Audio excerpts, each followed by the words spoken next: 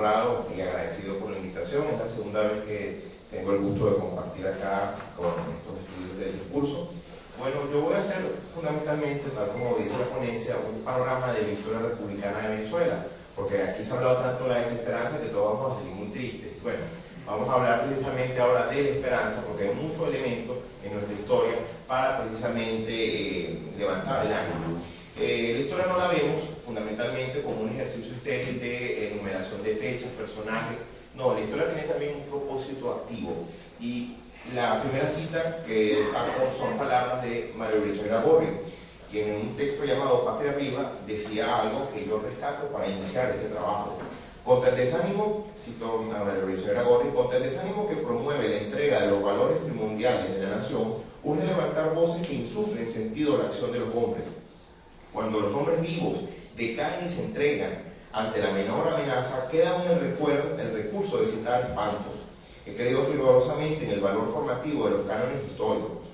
Otros han buscado en las acciones de los hombres de ayer como una oportunidad vana de concupiscente regocijo o como complicidad sacrílega para el crimen del momento. He jugado yo por el contrario que la voz de la historia es el testimonio del pueblo que ayer luchó por anchar el radio de sus posibilidades humanas y la viva expresión de valores que dan categoría y unidad a la acción presente de los hombres. Justamente en la historia de Venezuela nosotros tendemos a ser muy severos con los resultados de nuestro proceso social, porque en este momento que estamos en crisis, en este momento que estamos mal, tendemos a juzgar precisamente el escenario histórico como negativo, pero Venezuela ha sido mucho más que guerras civiles, caudillos, dictaduras, muchísimas gracias, transacciones económicas, traiciones. No, hay un legado importante, hay un patrimonio digno y luminoso en las creaciones de las faenas del espíritu y el intelecto, de las ciencias, del arte, de las humanidades, al cual debemos enorgullecernos, conocer mejor y tener una visión más completa de nuestra nación. Y sobre todo esas personas no se rindieron. Aquí vamos a ver en esta galería de personajes y eventos históricos que ha tenido un papel muy destacado en la Universidad Venezolana. No es casualidad que los hombres de luces y los hombres de letras, letras en su sentido más amplio de la palabra, precisamente hayan optado por dejar un ejemplo ético, y dejar claro que nunca es preferible el silencio y la sumisión ante lo que definitivamente está mal para la patria y el pueblo. Entonces, justamente cuando comenzamos a estudiar la historia de Venezuela, encontramos la primera generación fundadora, que es la generación de la independencia. Un detalle muy interesante que me gusta destacar es que de los 47 firmantes del Acta de la Independencia, 23 al menos habían sido egresados o habían estado dentro de la Universidad de Caracas. De aquel entonces, esta generación se ve ilustrada, una generación, tal como lo mencionó Humboldt, bastante preparada, y decidió, contra viento y marea, tratar de imponer un proyecto político, un proyecto de nación. Justamente, adelante Pedro, vamos a conseguir que ese proyecto no era precisamente el mayor de gusto del pueblo. La mayoría de la población venezolana no veía la independencia como un proceso agradable, un proceso justo, se pensaba que inclusive era una cuestión de pecado, y la oposición va a implicar que va a haber una guerra. La guerra de independencia, que nosotros la hemos conocido y la han repetido hasta la saciedad, hay un episodio que siempre me gusta destacar, que es por supuesto la batalla de la Victoria. Este enfrentamiento armado es muy destacado porque José Luis Rivas lleva universitarios completamente inexpertos al campo de batalla, se sacrifican contra un enemigo muy poderoso como es José Tomás Moro, en una batalla que por supuesto nosotros recordamos, es motivo con el Día de la Juventud, pero lo interesante es que esa batalla, contra todo pronóstico, ellos terminan ganando, y es una expresión bastante viva de lo que en un momento determinado el sacrificio daba resultado. Por supuesto, la Segunda República fue un periodo terrible. Cuando a veces me hablan como historiador y docente cuál puede ser el peor periodo de la historia de Venezuela, no digo el presente, porque a pesar de que es terrible, no llegamos al estado de cataclismo, de conmoción social, de anomia, que se llegó a este momento. Y aún así, en el momento en el cual podríamos decir que las 3/4 partes del país estaban en contra de la aplicación de un proyecto independentista, y la situación llegó no solamente una guerra civil, una guerra social, Bolívar utilizó una frase que, aunque es muy repetido, deja constancia por los términos del sentido de propósito. Ellos tenían una idea que era constituir un Estado independiente, autónomo, separado de España, Y esa frase de Dios concede la victoria a la constancia, aunque ha sido muy repetida dentro del culto bolivariano, expresa bastante bien lo que deseó la primera generación política y que tuvo que sufrir muchísimo, porque de la generación de independencia la mayoría murió, quedó en el exilio y quedaron muy pocos vivos. Entonces la generación de independencia es la primera generación que no se rindió ante una adversidad que era verdaderamente gigantesca.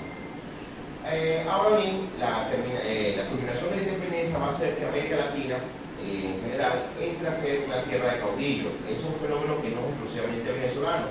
A veces cuando nosotros jugamos el caso de Venezuela, lo hacemos por la severidad de pensar que somos los únicos que estábamos involucrados. Pues no fue así. En Argentina, en la provincia de Buenos Aires, hubo un dictador caudillo, Juan Manuel de Rosas. En México, el dictador Santa Anna, un hombre que incluso llegó a enterrar su pierna varias veces, la pierna la enterró en la Catedral con honores.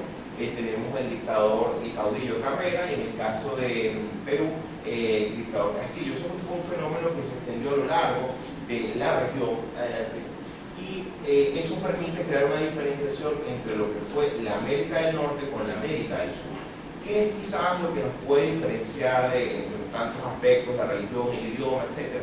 Yo teorizo que es la dificultad de llegar a acuerdos. La única vez donde no se pudo llegar a acuerdos en Estados Unidos generó lo que fue la única guerra civil que ellos tuvieron, que está representada con esta imagen. Pero el hecho de ellos llegar a un acuerdo, un pacto fundacional, y la mayoría de las partes accediera a respetarlo, y donde no pudo llegarse a un acuerdo, generó una confrontación, es quizás lo que nos diferencia a nosotros los latinoamericanos, los hispanoamericanos, en el caso de Venezuela, porque también tuvimos unos orígenes políticos e ideológicos bastante similares, pero más que la capacidad de acuerdo, nosotros hicimos empeño en el conflicto, y eso precisamente caracterizó gran parte de nuestro siglo XX, del siglo XIX. Encontramos, por ejemplo, adelante, que cuando Venezuela se hace independiente, va a tener un tipo de gobierno de forma autocrática. La historia de Venezuela del siglo XIX va a estar llena de autocracia, y cuando hablamos del siglo XIX lo tendríamos que extender desde 1830 hasta 1935, cuando muere Vicente Gómez. El historiador José Luis Salcedo Bastardo, en esta obra, justamente hace una caracterización de las principales autocracias que tuvo Venezuela en este periodo. Entonces hay un conjunto de autocracias. La primera es la que inicia José Antonio Páez, que le llama modernización de disimulo y formalismo. Luego va a venir el de José Tadeo Monagas, que lo llama precisamente sombrío nepotismo. Posteriormente va a venir el caso de Falcón, que es autócrata de discurso, es el único autócrata que se retiró 16 veces del poder, porque como que no quería ser autócrata. Luego viene Guzmán Blanco, que lo llama modernización y rimbombancia, porque precisamente Guzmán era muy amigo de querer imitar las modas y acciones de Europa. El caso de la rusticidad servil de Joaquín Crespo, porque le dice Servil que él intentó imitar a Guzmán Blanco y no lo logró. Está el caso de Cipriano Castro, crueldad y delirio, y finalmente Juan Vicente Gómez, la vergüenza de América. Esas caracterizaciones explican parte de lo que pareciera verse como una especie de sino político histórico en la sociedad venezolana. Pero a pesar de que eso es parte de la imagen que conocemos en nuestro siglo XIX, la cosa no se queda allí. Adelante, Pedro. El primer venezolano que me gusta destacar, que mostró resistencia ante lo que parecía ser una especie de no se rindió, es el doctor Vargas. Es un episodio muy conocido en la vida civil venezolana. El doctor Vargas fue candidato presidencial, no tenía muchas probabilidades de ganar, porque precisamente los generales de independencia se creían que estaban con el derecho, adelante Pedro, que por haber hecho la carrera de las armas, por haber logrado la independencia, ellos tenían el derecho a gobernar. Vargas, por haber sido médico justamente y haber estado en el exilio en Puerto Rico, en Londres, se le consideraba incluso como cobarde, porque no estuvo aquí en Venezuela, digamos en términos coloquiales, no se quemó el pecho, no estuvo cerca de la candela, y lo consideraban un hombre poco preparado. Sin embargo, bueno, Vargas, que le tocó ser el primer presidente derrocado en un golpe de Estado, en un alzamiento militar, la llamada Revolución de las Reformas, no se acobardó ante lo que ha recogido la historiografía como en ese momento en el cual lo obliga a renunciar Pedro Carujo con espada en mano, y el doctor Vargas se niega y le dice la famosa frase: el mundo es del hombre justo, es del hombre de bien y no el valiente, que siempre ha vivido y vivirá feliz sobre la tierra y seguro de su conciencia. Lo interesante es que Vargas fue derrocado y Vargas luego volvería al poder. Vargas no es Hugo Chávez el único presidente que fue derrocado y regresado al poder. Vargas fue derrocado en julio y volvió al poder en agosto. Lo interesante es que Vargas es un símbolo, a pesar de que él luego sería repuesto de la presidencia y él renunciaría. Vargas es un símbolo precisamente de lo que nosotros podemos decir que tenía razón. ¿Por qué? Bueno, siguieron habiendo caudillos, siguió habiendo el predominio de los hombres de armas, siguió habiendo pocos presidentes civiles, pero nosotros sabemos que a la larga, justamente en una cuestión de largo plazo, Vargas tenía razón. Vargas como símbolo de la universidad, como símbolo del civilismo, prevalece como un ejemplo. Pedro Carujo, en cambio, nadie lo recuerda, nadie lo exalta, nadie lo coloca como un ejemplo de bien común. Y aunque el Estado que lleva su nombre ha sido cambiado, nosotros consideramos y llegará el tiempo de reivindicar de nuevo al doctor Vargas. Otro venezolano muy destacado para mí es Fermín Toro. Fermín Toro le va a tocar la muy mala suerte de enfrentarse al poder en soledad. ¿Por qué? José Tadeo Monagas, desde mi punto de vista, es el primer dictador, ya más o menos clásico en la palabra, en cuanto que decide forzar el poder, aplicar la voluntad personal por encima de las reglas, y se presenta una coyuntura en la cual hay un conflicto entre los grupos liberales y conservadores. Se produce el famoso asalto al Congreso, en el cual una turba liberal asalta al Congreso pensando que iban a expulsar al presidente Monagas. Monagas se hace el loco, aprovecha la circunstancia y le recomienda precisamente que lo importante es guardar las apariencias y salvar el hilo constitucional de ese momento, y le recomienda que vaya a buscar a los diputados del Congreso disuelto para que se cree una farsa de parlamento y de legalidad. La respuesta de Fermín Toro es la que está ahí. Decirle al general Monagas que mi cadáver lo llevará, pero Fermín Toro no se prostituye. Fue un acto de muchísima dignidad, porque todos los demás parlamentarios se metieron la lengua en la boca, quedaron callados, y precisamente una caricatura de la época refleja bastante bien lo que... Esta es una de las primeras caricaturas políticas de la historia de Venezuela. Vemos a José Tadeo Monagas sentado, no se aprecia bien porque es una fotocopia, tiene un látigo en la mano y tiene a todos los parlamentarios arrodillados y dice de su boca que manda el amo. Hay una bandera donde dice todas las barbaridades que hace Monagas, y Monagas dice de su boca: Venezuela es mi patrimonio, el de la familia. Y donde están todos arrodillados los parlamentarios, hay una alfombra donde dicen las virtudes ciudadanas y republicanas que están sometidas. Cualquier similitud con la realidad no es casualidad. Entonces, bueno, viene la guerra federal, un proceso de disolución terrible, más de 100.000 muertos. El país precisamente pasó de la dictadura de Monagas, del despotismo, a la anarquía de la guerra federal, y luego va a surgir un nuevo orden político, va a surgir la figura de Antonio Guzmán Blanco, luego del periodo de Crespo, pero de Falcón. Y Guzmán, bueno, es un hombre que nosotros lo recordamos por un modernizador, un hombre que quiere precisamente tratar de que Venezuela se parezca a una París tropical, como se ve en esa ilustración. Pero Guzmán Blanco tenía algunos defectos que chocaban contra el espíritu que considerábamos debía tener la República. Adelante, Pedro. Aunque sabemos y agradecemos el progreso hecho durante el guzmancismo, la actitud absolutamente ególatra de Guzmán Blanco no se veía adecuada para un país que deseaba una regeneración, una formación republicana y el establecimiento verdadero de un poder liberal, un poder limitado. Entonces, justamente, desde la universidad, los grupos estudiantiles decidieron utilizar un arma muy poderosa, muy fina, que se utiliza en estos casos contra la preeminencia del poder. Estamos hablando del humor. Es el caso de la Delpinada. Había un poeta en Caracas, un poeta aficionado llamado Antonio del Pino, ya les digo el nombre, que me confundí con el otro del Pino,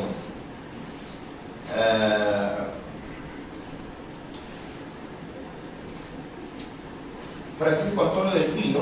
Era realmente un sombrero que se creía poeta, es el señor del medio, hacía unos poemas muy malos, pero contra la egolatría de Guzmán Blanco, que si pueden retroceder la imagen anterior, fíjense ustedes, durante el centenario, el primer centenario del Libertador, se hace una medalla conmemorativa. Creo que debería estar primero el Libertador. Sin embargo, Guzmán se puso primero allí, y si se dan cuenta, entendiendo el lenguaje, el que le hace la sombra es el Libertador. Entonces, esa actitud ególatra de Guzmán Blanco generó precisamente el rechazo de los universitarios. Frente a la Universidad de Caracas estaba la estatua de Guzmán Blanco, y ese tipo de situación se considera inaceptable. ¿Y qué se decide hacer? Se decide hacer una jornada humorística, ahora sí, Pedro, se decide hacer una jornada humorística llamada La Declinada. Zapata, bueno, adelante, Zapata la recreó muy bien, porque aunque se está cantando las glorias de Guzmán, Del Pino, todo el mundo sabe que es un ataque contra Guzmán. ¿Por qué? Guzmán quería ser reconocido como general y doctor. De hecho, Guzmán fue brevemente rector de la Universidad Central de Venezuela, fue miembro de la Academia Venezolana de la Lengua, y además que se creía un general invicto, se creía el hombre que lo sabía todo. Esa burla de parte de los estudiantes universitarios, de los poetas, fue un ataque contra el poder que mostró que aunque Guzmán Blanco fuera un hombre muy poderoso, se le podía atacar. Y contra eso no había bayonetas, y Guzmán Blanco de hecho no pudo hacer, digamos, mucho ante el avance de estas cuestiones. Tuvo que tolerar, expulsó a algunas personas, pero quedó la burla, quedó entre el lenguaje, en el discurso, que Guzmán Blanco era una persona muy arrogante y que le gustaba también pantallar, por lo menos el coloquialismo. ¿Y qué pasaría? Retrocedo un segundito, Pedro. Lo serían los universitarios en Caracas los primeros en tumbar las estatuas de Guzmán. Cuando terminó el periodo guzmancista, fueron los estudiantes de Caracas los primeros en tumbar esas estatuas. Por cierto, los restos de esas estatuas se conservan en la Fundación Culto. Bueno, otro caso es el de Telmo Romero. ¿Quién es Telmo Romero? Un grupo que el presidente Joaquín Crespo consideraba infalible y lo había nombrado el director del hospital psiquiátrico de Los Teques. El padre de Joaquín Crespo, de hecho, era brujo. Joaquín Crespo, por ser llanero, creía profundamente en las hierbas. Los estudiantes, al enterarse que el presidente lo había nombrado el director de ese hospital, pensaban nombrarlo director del Hospital Vargas e incluso rector de la UCB. Bueno, los estudiantes universitarios, sabiendo que tal vez no tendrían ninguna posibilidad de vencer, decidieron hacer un gesto simbólico que dejó bastante claro que no iban a aceptar eso. Y al pie de la estatua de José María Vargas, agarraron ese libro, el Bien General, que era un compendio de medicina yerbatera, lo que podríamos llamar homeopatía, y entonces agarraron ese libro y decidieron quemarlo. Bueno, compraron casi todos los ejemplares que había y lo quemaron allí. Eso fue un gesto bastante simbólico que dejaron claro: ok, usted podrá nombrar a este señor rector, pero nosotros no lo vamos a aceptar, y vamos a dejar claro. Y ahí quemaron ese texto. Posteriormente, el siglo XIX va a ir terminando. Bueno, el libro, el siglo XIX va terminando, y me gustaría destacar que hay otra serie de personajes que hay que recordar. No los voy a mencionar todos, pero cuando pensamos en el siglo XIX, de las guerras civiles, los caudillos, las desgracias, a veces olvidamos el patrimonio civil de personas como Cecilio Acosta, un hombre muy preocupado por la educación, un verdadero pensador liberal. En el caso de Pérez Bonalde, yo estaba discutiendo si Pérez Bonalde o Arístides Rojas, pero en el caso de Pérez Bonalde, es una de las personas que al estar en Estados Unidos o haber viajado a Europa trae el modernismo literario. Y en el caso de Arístides Rojas era por la cuestión de las crónicas, se preocupó mucho por tratar de difundir la historia venezolana que él sabía. Y por supuesto, para mí el caso de Lisandro Alvarado fue una especie de prócer de la cultura venezolana, porque en una época que no había conocimientos como hoy de la antropología y la etnología, ese hombre se metía en ríos, iba a poblados indígenas. Se puso a hacer un trabajo de campo admirable, que a mí me parece que es un gesto dentro del civismo de personas que, en el caso de los tres, a Pérez Bonalde le tocó exiliarse contra Guzmán Blanco, pero a pesar de las inmensas dificultades que tenía Venezuela en un siglo XIX muy distinto a este, o a veces muy parecido, porque no tenían agua potable ni electricidad, esta gente estaba creando conocimiento con la poca información que tenían del mundo y trataban de crear una luz en medio de la oscuridad. Llegamos al siglo XX, y aquí se me voy apurado porque me quedan ya menos de 5 minutos. Nuestro siglo XX cronológico es un siglo bastante lleno de elementos, pero hay un dato que me gustaría destacar, que a veces los historiadores, sobre todo los historiadores que les gusta a la profesora Carmen Arteaga, los historiadores chavistas, les encanta destacar que parece que el siglo XX fue un siglo malo y perdido. Pues no, el siglo XX hay que rescatarlo, porque si nos damos cuenta, la franja azul que está abajo quiere decir que al menos el periodo histórico más extenso de nuestra historia es el periodo de la democracia representativa, el gobierno civil. Todos los militares, todos los gobernantes que están allí, con excepción de Rómulo Betancourt y el Rómulo Gallegos en el trienio de Acción Democrática, todos los gobernantes fueron militares. Esta va a ser la primera etapa donde vamos a ver un periodo de donde el predominio civil sobre el militar va a ser importante, y eso hay que destacarlo y reivindicarlo. Adelante, Pedro. La primera actitud de rebelión ya en el siglo XX de venezolanos que no se rinden es contra Cipriano Castro, la Sacrada. Se llama así por un señor llamado Alfonso Sacre, que era un señor de origen libanés. Él decía que era general allá, y por supuesto todo el mundo sabía que le estaba echando cuentos, pero los estudiantes del UCB agarraron al señor, le pusieron un uniforme igualito a Cipriano Castro y hicieron unas jornadas de burla. Cipriano Castro reaccionó muy distinto a Guzmán Blanco. ¿Qué terminó haciendo? Bueno, él cerró la universidad, y también cerró la de los Andes, y por si fuera poco clausuró la de Carabobo y la del Zulia. Él mostró su lado más salvaje. Entonces, cuando hay una actitud nacionalista que pretende exaltar a Castro como una especie de obra imperialista, sobre todo promovido por los historiadores chavistas, me gustaría recordarle que este es el único presidente que se le ocurrió decir que había exceso de universidades en 1900 y había que cerrar la Universidad de Carabobo y la Universidad del Zulia. Y bueno, precisamente como le hicieron burla en las jornadas de la Sacrada, no le gustó el chalqueo textualmente, porque en la historia coloquial queda el hecho de que para la mala suerte de Castro, el uniforme que le compraron era igualito al que él tenía, y una vez las dos caravanas se juntaron y la burla de todo el mundo fue: ah, mira, el loco es igualito al loco. Bueno, efectivamente, adelante Pedro. Bueno, ahí que Zapata como recrea. Luego viene Juan Vicente Gómez. El periodo del gomecismo son 27 largos años. Gómez es prácticamente el caudillo perfecto, porque hizo lo que le dio la gana con su cara de tonto, se mantuvo 27 años en el poder, nadie lo derrocó, y con su hijo la fantasía de cualquier autócrata, morirse en su cama, pero después de gobernar tanto tiempo y sin mucho problema. Bueno, Gómez, que es muy conocido precisamente por ser un hombre a caballo, con su bastón, con su guardaespaldas, etc.